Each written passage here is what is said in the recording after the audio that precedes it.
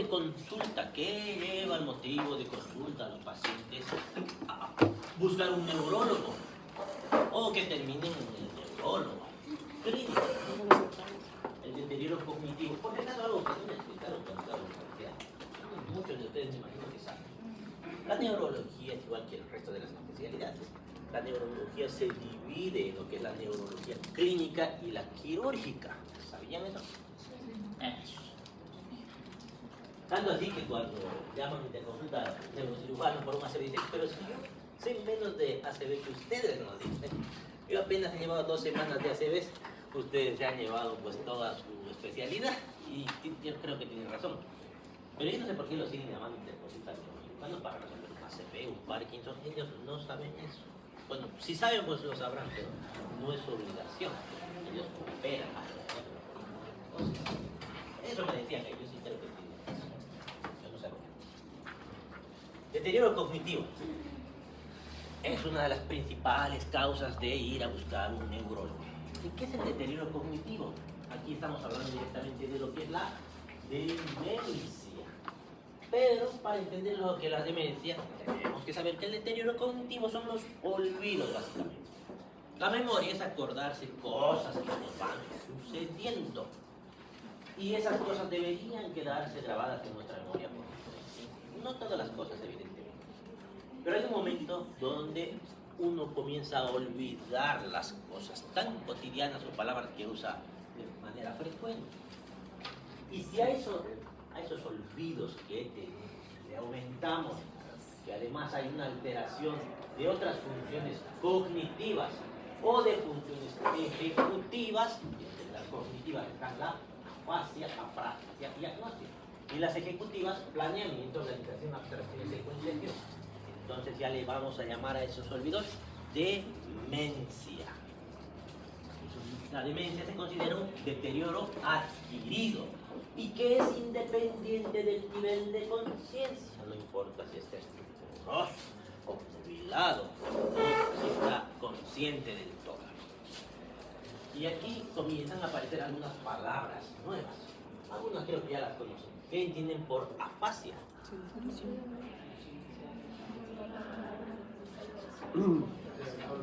No pueden expresarse exactamente, no pueden hablar, expresarse. Vamos a ver más adelante que hay 2 tipos de afasia. Luego tenemos apraxia. Eso, no pueden repetir movimientos previamente aprendidos. Agnosia. No pueden recordar algunas cosas, depende, hay varios tipos de agnosia, ya sea visual, las cosas que ven no las pueden ver, auditiva o sensorial, vamos a ver más adelante, eso cuando hablamos en físico. Planeamiento, viaje, la traducción, la dirección, abstracción, secuencias. Y tenemos algunas causas que van a provocar la demencia, que son las degenerativas, las vasculares, las psiquiátricas, las tóxico-metabólicas, las infecciosas, las traumáticas y otras. ¿Cuál es la más común de todas estas? El Alzheimer. La enfermedad de Alzheimer es la principal causa de demencia. Y el Alzheimer, ¿por qué se origina? El Alzheimer es una enfermedad donde se va reemplazando el tejido neuronal por tejido amiloide, básicamente. Y se está trabajando a ver si se le puede dar alguna solución, porque es irreversible.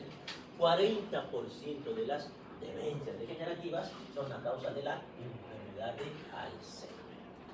La segunda es la enfermedad de Parkinson, otra que nos trae gran cantidad de pacientes con demencia.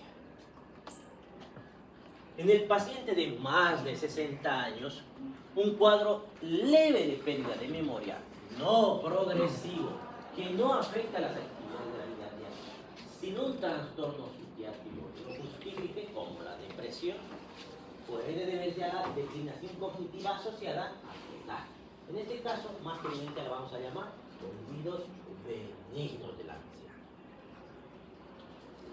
Los cuadros confusionales agudos, o también llamados delirios, producen trastornos cognitivos, pero no demencia, y son reversibles. En un paciente de más de 70, repitiendo. Diagnóstico. ¿Cómo vamos a hacer el diagnóstico de la demencia? Lo primero, la anamnesis. ¿Y cómo vamos a hacer esta anamnesis? Vamos a preguntar al paciente varias cosas. Política, dónde vive, dónde se encuentra, algunos nombres de sus familiares, pero vamos a necesitar a un familiar junto a este paciente para hacer la anamnesis. ¿Por qué? Porque lo que sea que nos vaya a responder, ¿cómo estamos seguros que es cierto? Entonces necesitamos a alguien que nos confirme que eso está normal. La alteración espacial es frecuente en la enfermedad de Alzheimer. ¿Qué significa alteración espacial? No saben, ¿no? Pueden cambiarse tranquilamente en el tiempo. Y durante la anamnesis hay que preguntar cómo están cuando conducen el automóvil, porque son pacientes que están conduciendo el automóvil y de repente se desorientan, no saben dónde están en un momento. Luego se acuerdan cómo volver a su casa o dónde están, pero hay momentos en que el paciente nos dice me desorienté en el tráfico o empiezan a incumplir algunas normas del tráfico. Esos son los principales aspectos de la enfermedad de Alzheimer. La alteración espacial es frecuente. La evolución crónica progresiva sugiere alteraciones degenerativas. Por ejemplo, en la enfermedad del Alzheimer, si se está reemplazando el tejido neuronal con tejido amiloide, pues eso ya es una degeneración. Y una escalonada con deterioro abrupto orienta a una etiología vascular. ¿Qué pasa si el paciente estaba bien y de repente de un día a otro empieza a tener demencia por súbito? Ayer estaba bien, hasta hace unos días estaba bien. Entonces, no ha sido progresivo. En que hay que sospechar de un problema vascular. Y cuando hablamos de un problema vascular, ¿a qué nos referimos? Exactamente, a un accidente cerebrovascular, que hay varios tipos. Aquí tenemos los infartos pulmonares, pequeñas zonas de infarto que sumadas entre sí pues nos dan el cuadro de demencia. Los antecedentes familiares son frecuentes en la enfermedad de Alzheimer, entonces ahí es importante preguntar si ha habido familiares con esta enfermedad o si hay familiares.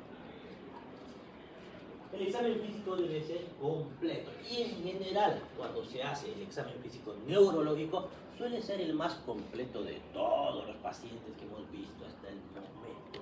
Porque son pacientes que hay que darse un buen tiempo para examinar, porque aquí no solamente es que les ponen el estetoscopio por ahí, usan su martillito para ver las cosas, no, los hacen caminar, les hacen subir escaleras, bajar escaleras, entonces suele ser un poco más complejo. A auscultar vasos del cuello. ¿Para qué vamos a auscultar vasos del cuello? ¿Qué buscamos al auscultar? Soplos. ¿Qué buscamos? ¿Qué soplos? Con un paciente neurológico, con demencia.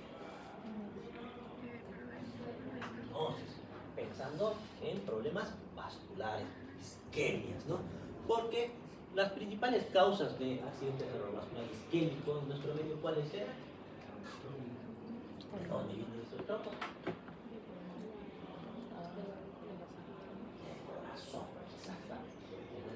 Más que todo en la enfermedad de Chagas, ¿no? Ventrículo también puede ser, pero pueden estar también estos trombos en el globus carotidio, por ejemplo, o en una aneurisma a nivel carotidio. Entonces hay que tener en mente eso a la hora de auscultar. Y registros de la presión arterial para ver que no haya nada. El examen neurológico debe descartar déficits focales, otra nueva, bueno, conjunto de palabras. ¿Qué serán los déficits focales? De un momento a otro, pues, no muevo a mis manos, por ejemplo. Estoy con una monoparesia, es un déficit focal. Hay algo que no estoy pudiendo hacer en un punto exacto. O un déficit focal que quede afásico, porque de un momento a otro haya dejado de ver o haya dejado de escuchar. Alguna función cerebral que no estoy pudiendo cumplir. ¿Qué más? Parecias. ¿Qué son las parecias? Parecia. Una monoparesia, una hemiparesia, una cuadriparesia.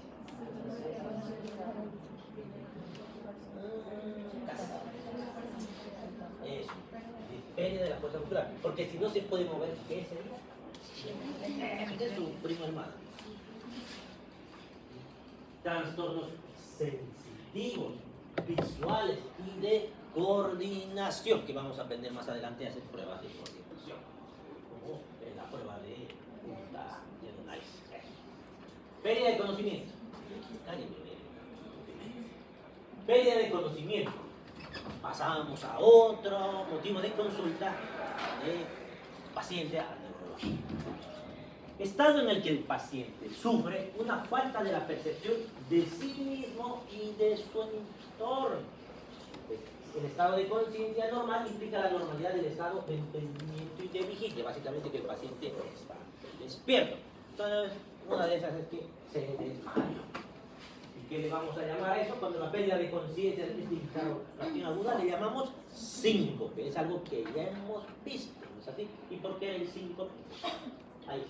¿Qué causa? Sangre. Uno. ¿Qué más había?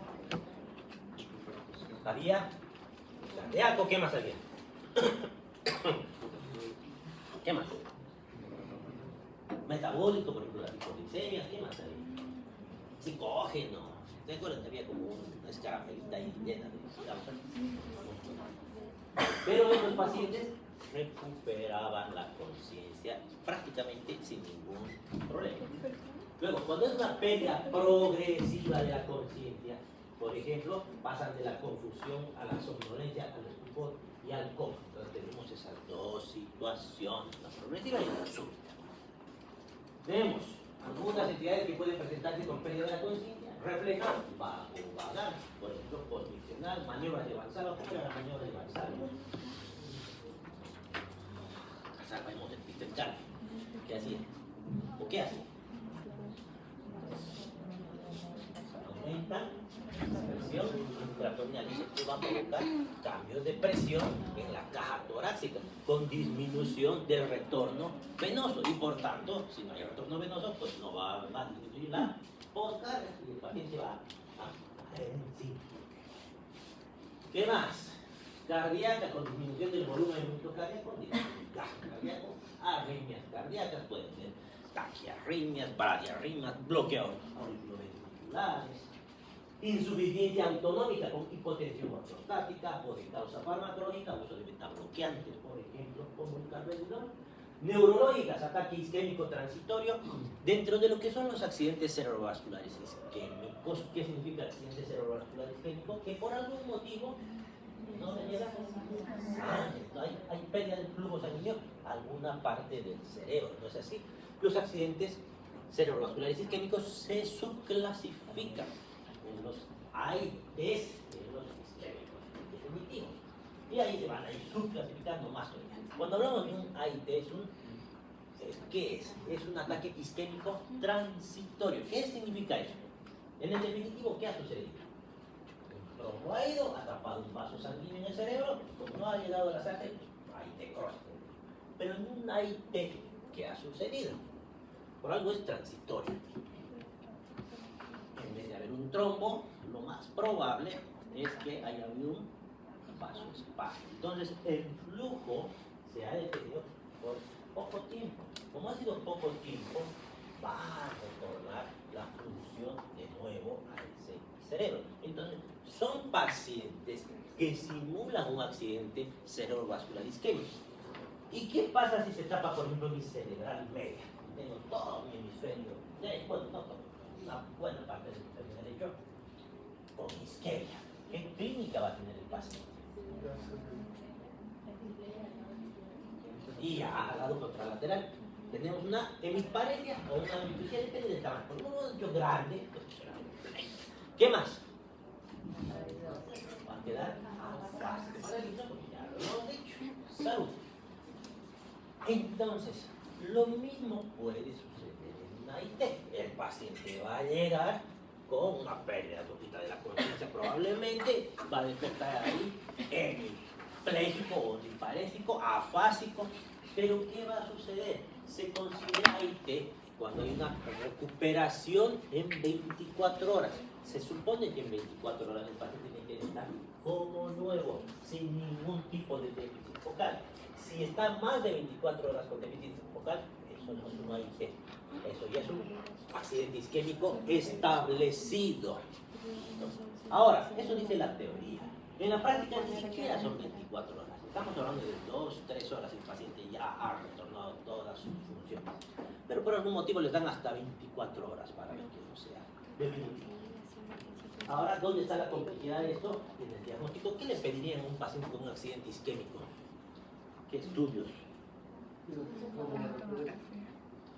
¿Y para qué le pedimos la tomografía? ¿Qué queremos ver la tomografía?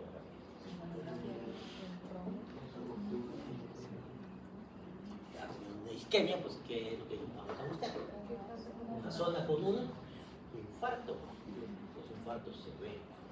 ¿Cómo se va a ver el tejido neurológico? Vamos a ver una zona hipodensa, oscura. Hipodensa se llama en tomografía. Oscura. Ya es isquemia.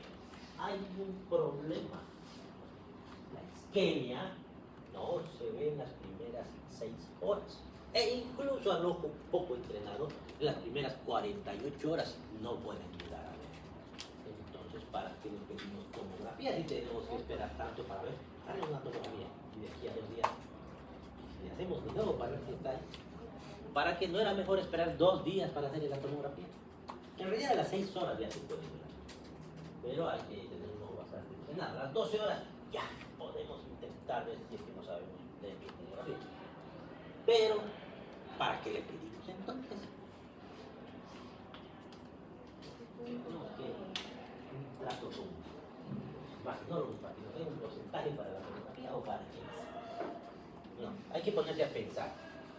Los accidentes cerebrovasculares se clasifican en 2 grandes grupos: los isquémicos y los hemorrágicos. En uno no le llega la sangre, y en el otro de un vaso, o sea, y al final igual no le va a llegar sangre, pero aparte de eso ha habido sus sangrados que está provocando todo esto. ¿Cuánto tiempo tardará en hemorragia en la imagen? ¿Quién da más? ¿Ah? 4 horas. ¿Quién da más? ¿Quién da menos? 2 horas. Entonces es el tortillo. Más caliente. Más caliente todavía. Es instantáneo. La sangre se ve inmediatamente. Y si en isquemia se veía así oscurito, cuando hay una hemorragia, ¿cómo voy a ver? Bueno, estamos hablando de lo contrario, ¿no? ¿De qué color voy a ver? Blanco, totalmente al revés. Voy a ver una zona hiperdensa, una mancha blanca que es la sangre. ¿Ya? Entonces, ¿para qué pido la tomografía? Porque clínicamente nunca voy a estar seguro si es una isquemia o una hemorragia, porque si no puedo mover por una isquemia y en la hemorragia, ¿qué creen que va a pasar? Sangró. Lo mismo va a pasar, exactamente lo mismo. No voy a estar seguro. Evidentemente hay algunos signos que nos guían. Podrá ser isquémico, o tal vez, pero no nos da nada la seguridad de que sea isquémico o de que sea hemorrágico. Por ejemplo, si es un paciente con una arritmia cardíaca, ya gástrico, cardiomegalia, lo más probable es que sea isquémico. Es más, el 70% de las veces, hasta el 80% creo que son isquémicos, muy pocos son hemorrágicos. Desde ahí ya partimos bien para el isquemia.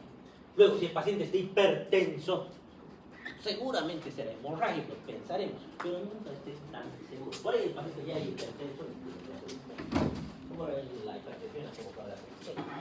Entonces, por ese motivo. Y en el AIT, ¿qué vamos a ver? ¿A partir de cuándo vamos a ver la lesión? ¿Ah? Si es AIT, nunca se va a ver nada, porque no ha pasado nada. El momento que ha dejado de llegar la sangre ha sido tan corto y se ha retornado a toda la función, significa que no ha quedado ningún daño. ¿Y cómo hacemos para que no vaya a tener eso? Ya.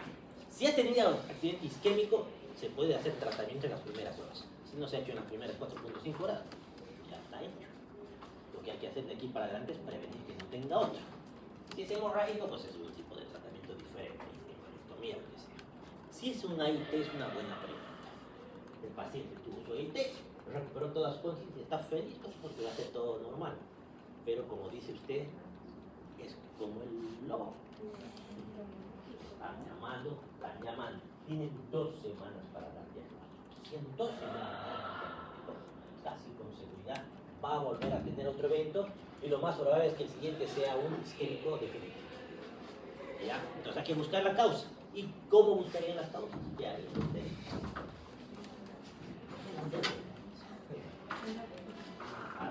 Ya tienen la tomografía, nada es ahí. ¿Qué?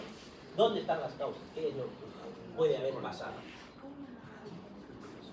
Por ahí hay un trombo por ahí que está soltando un mini trombo por ahí, se ha destapado y la todavía.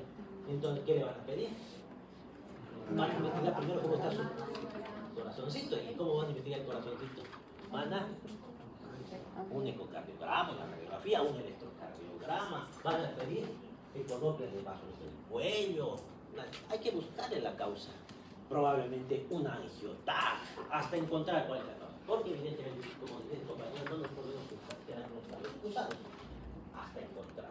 Porque va a suceder el próximo, porque no va a ser una visión, no va a ser una enfermedad. ¿Qué más? Crisis epiléptica, puede haber pérdida de la conciencia. ¿Por qué es narcolepsia? Sí, teóricamente tenía un presidente decía, pero no sabía. Incógnita. Los episodios pueden ser prolongados, una recuperación rápida, creado por su propia mente. Pasamos a otro tema. Creo que este es el más común. ¿Por qué va más al neurólogo? Por la cefalea. Ahora, ¿cuál es el problema de la cefalea? Pues las cefaleas se pueden clasificar en primarias y secundarias. Las primarias son las que las vamos a ver aquí, las secundarias no las vamos a ver. Las secundarias son porque otra cosa está provocando que les duela la cabeza al paciente. Esa otra cosa puede ser cualquier cosa. Hasta un resfriado común puede hacer dolor de la cabeza. Entonces, un paciente, ¿qué va a suponer que está sucediendo con el dolor de la cabeza? Puede ser algo que no volverá a pasar y ya se pasará de ti. Y terminan sin hacer la consulta. Eso es lo más frecuente. Pero cuando ya lleguen a la consulta, la cefalea crónica está considerada como una de las causas más importantes de incapacidad. ¿Qué significa eso? Estos pacientes no van a rendir en su fuente laboral, no van a poder trabajar, van a pedir bajas, les van a dar bajas, porque sí, es que demostrar. Pero nadie les va a tomar tan en serio. Y eso es cierto. Ni el médico les va a tomar en serio por las cefaleas. Una migraña, por ejemplo. Hasta que no sea el que siente eso, no lo va a entender. ¿Por qué? Porque la migraña pues, no tiene cura. Pues va a volver a doler, va a volver a doler. Entonces, el entorno familiar le va a decir, pues, ¿qué te pasará tu dolor de cabeza? Y el jefe del paciente en su trabajo pues le dirá, pues, igual le tienes que presentar tu informe hasta pasado mañana, estoy con mi gran trabaja más, ya te va a pasar el dolor de cabeza. Y el mismo médico le va a decir, el médico de su libro dice, tienen que aprender a vivir con esto, porque así va a ser. Le van a dar analgésicos, pero básicamente eso le dice su médico. Entonces, eso provoca que sea una de las causas más importantes de incapacidad laboral. No les digo que hagan eso. Va a pasar muchas veces. Las dividimos en primarias y secundarias. Secundarias hemos dicho cualquier cosa puede provocar. Un TEC, por ejemplo, una sinusitis. Primarias. Migraña, cefalea tensional y la cefalea en racimo son las causas primarias. A grandes rasgos, las cefaleas primarias son aquellas en las que el dolor es la enfermedad. Y la secundaria, en la que el dolor es un síntoma de otra causa. Para que se entienda mejor. Comenzamos con migraña, llamada también jaqueca. Afecta a un hemicráneo, casi siempre el mismo lado. Un lado de la cabeza es la dolor. Cada vez que les duele la cabeza, siempre va a ser el mismo lado. Pero como dice ahí, alguna vez podría cambiar. Las crisis duran entre 4 a 72 horas. Y ojo con esto, porque esto es la clave para diagnosticar los tiempos, las edades a las que se presentan. Y les va a venir un caso clínico en tu examen, ya les estoy avisando. Clínica. Deben estar al menos 2 de las siguientes características. Que sea unilateral, porque si es bilateral, no es que es imposible, pero es muy, muy poco probable que sea migraña. No les digo que es imposible porque está descrito en la literatura que podría haber casos. Pulsátil es el problema. Es de moderada a severa la crisis. Hay agravación por movimientos o actividad física. Y al menos uno de los siguientes síntomas durante la crisis, que son náuseas, fotofobia o sonofobia. ¿Qué es fotofobia? Sonofobia. Criterios para su diagnóstico. Creo que vamos a repetir, pero igual, hay criterios para su diagnóstico. Al menos 5 crisis que cumplan los criterios de ellos. Este y este de la siguiente diagnóstico. ¿Ven? 5 veces tiene que tener crisis para confirmar. B. ¿A qué se refería con B? Episodios de cefalea de 4 a 72 horas de duración, no tratados o tratados sin éxito. La C. La cefalea presenta al menos 2 de las siguientes 4 características. Localización, que sea unilateral, que sea pulsátil, que sea de intensidad moderada grave, que empeore con actividad física actual o que impide llevar a cabo. Básicamente estamos repitiendo la anterior diapositiva, pero la estamos organizando. Mejor, D, decía P o D, ¿no? De al menos uno de los siguientes síntomas durante la cefalea: náuseas y vómito, fotofobia y fotofobia o sonofobia. No atribuible a otro diagnóstico de la ICD-10-3, que básicamente es cuando se han reunido el comité de dolor de cabeza, algo así. Cefalea tensional. Este es otro. La cefalea tensional, toma. Y esta es la más común de todas, porque solo preguntar, ¿cuál es la más común de las cefaleas? Entre 30 minutos y 7 días de duración. Es una cefalea opresiva, intensidad leve a moderada. Esta es bilateral. No se agrava por la actividad física de rutina. No hay náuseas, pero sí puede haber fotofobia. Criterios para su diagnóstico: al menos 10 episodios de cefalea que aparezcan en promedio menos de un día al mes. Menos de 12 días al año. Y que cumplan los criterios 20. Duración de 30 minutos a 7 días. Al menos 2 de las siguientes 4 características: que sea bilateral, opresiva, ojo ahí dice no pulsátil para no confundir con la migraña, ojo aquí, intensidad leve a moderada, no empeora con la actividad física habitual como andar o subir a escaleras. De las 2 características siguientes, sin náuseas ni vómitos. Puede asociar fotofobia o sonofobia o ambas. Pasamos a la siguiente: cefalea en racimos o cefalea de Corto. Es un dolor unilateral severo en región orbitaria, supraorbitaria o temporal. Entonces estamos hablando de que está tomado ahí el trigémino. Dura entre 15 minutos a 180 minutos. Se repite un episodio cada 2 días a razón de 8 ataques diarios. Hay una hiperemia conjuntiva. ¿Qué será la hiperemia conjuntiva? Y con epífora o la congestión nasal o edema palpebral, sudoración facial, miosis o tosis palpebral del lado donde está el dolor. Otros tipos, las secundarias: lesiones intracraneales, por ejemplo, tumores cerebrales, postpunción lumbar, postraumáticas, de causa ocular, por desbordamiento, por ejemplo, por de medida inadecuada, por sinusitis de origen cervical. La cefalea por sinusitis, ¿cómo la diferenciamos? Eso. Le hacemos agachar al paciente y cuando haga eso le va a doler la cabeza. Básicamente. Pasamos al siguiente: mareo, vértigo y trastornos del equilibrio. ¿Qué es el vértigo? Es una sensación ilusoria de movimiento. Por lo general acompañada de desequilibrio y nistagmus. ¿Qué es el nistagmus? Movimiento involuntario.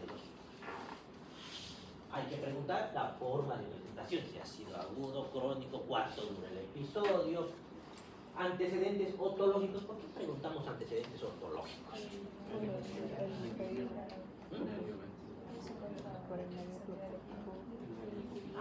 ¿Qué se llama? ¿Qué octavo? ¿Qué? Perdón. ¿Qué pancreas? El octavo pancreas, el vestíbulo coclear. ¿Y cuál es la rama encargada del equilibrio?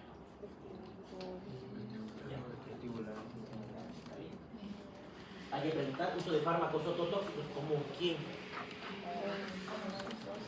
Un ejemplo de aminoglucosa. En pediatría usan bastante. La gentamicina es más ototóxica. Mareos, sensación de aturdimiento que no presenta esa ilusión de movimiento. Los mareos son comunes en los ataques de ansiedad, la anemia grave y la hipotensión ortostática. Trastornos del equilibrio es problemas en el sentido de la posición en el sistema motor o en el cerebelo. Y falta de coordinación de la extremidad comprometida o extremidades comprometidas. En el examen físico tenemos que evaluar la presión arterial, a ver si no hay una hipotensión ortostática. La prueba de Romberg, que básicamente es pedir al paciente que se pare con los pies juntos y paramos cerca de él, a un costado o atrás, porque le vamos a pedir que cierre los ojos y va a tener tendencia a caer. Si el problema es del oído, pues va a tener tendencia a caer hacia el lado comprometido. Si el problema es del cerebelo, a cualquier lado va a caer fácil.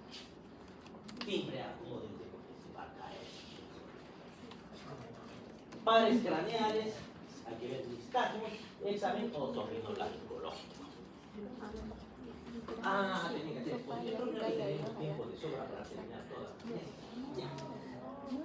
¿Qué me han pedido pasar clases y ahora no quieren pasar clases?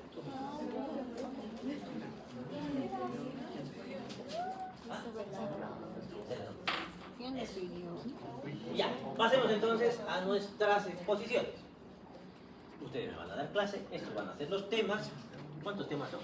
3, 6, 9 temas. Síndrome de hipertensión endocraniana son temas cortos.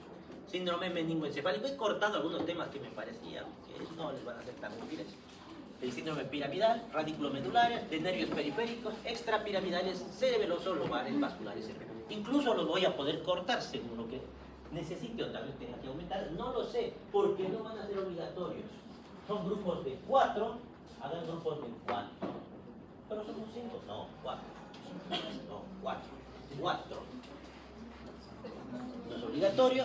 Si lo hacen bien, les voy a aumentar 10 puntos a pesar. Si sacan 70, pues tendrán 80. Si sacan 90, tendrán 100. Si sacan 100, pues ni modo. ¿Qué más? Si lo hacen más o menos la exposición, solo les voy a aumentar 100. Más o menos significa que vengan a leer aquí toda la clase. Quiero que me demuestren que saben el tema. Así que ya saben. Como que tiene trampa, ¿no? Tiene. Y si se anotan y no les dio la gana de exponer porque se asustaron al último minuto, menos 5 de su nota. Tiene trampa. Aquí está. Lo que vamos a hacer ahora, para la próxima clase, me van a pasar sus grupos. Porque no están todos aquí. Organícense de a 4. ¿Verdad? La fecha está en el cronograma. He puesto el cronograma. Exposición. Hay 3 días de exposición. ¿Este no va a ser al sorteo? ¿Al azar o elegimos temas? A modo de que me vayan pasando la próxima clase, voy a ir, si tengo lo suficiente, al azar va a ser. Si son poquitos, pues les voy a hacer escoger. Pues, ya vamos a ver qué hacemos la próxima clase. ¿Ya? Sí, hay grupos. Si hay grupos, nomás la próxima clase para que no se hagan desorden. ¿Ah? Pero mira, pues ya van a hacer su clase. Ya, nos vemos entonces la próxima clase. ¿Y quiénes me deben examen? ¿Por qué no me dejaron terminar anamnesis? Bien, vamos a trabajar así. Hay abuelitas, ¿no? Tan bonito que estaba ahí. No, ya no, ya Tan cortamos videíto, la ¿eh? grabación.